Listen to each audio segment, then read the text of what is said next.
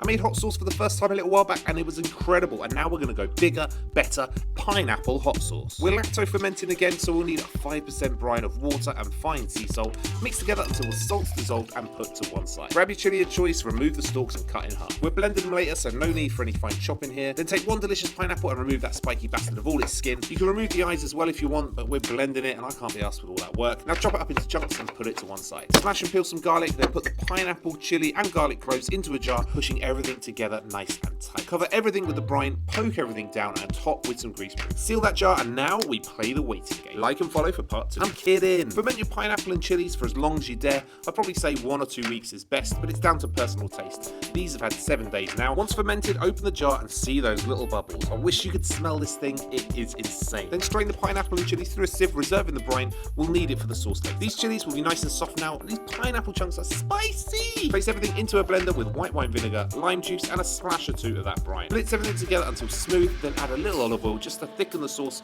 and mellow it out a bit. And that's it, fruity, spicy hot sauce ready to bottle and give to everyone you love. Of course, I had to give it a little test run, so I heated it up with a little bit of butter, tossed it with some chicken wings to coat them up good, and went to absolute town on those bad boys. So if you're a fan of hot sauce, get involved because this was insanely good. Make that sauce, coat those wings, and don't forget to like and follow.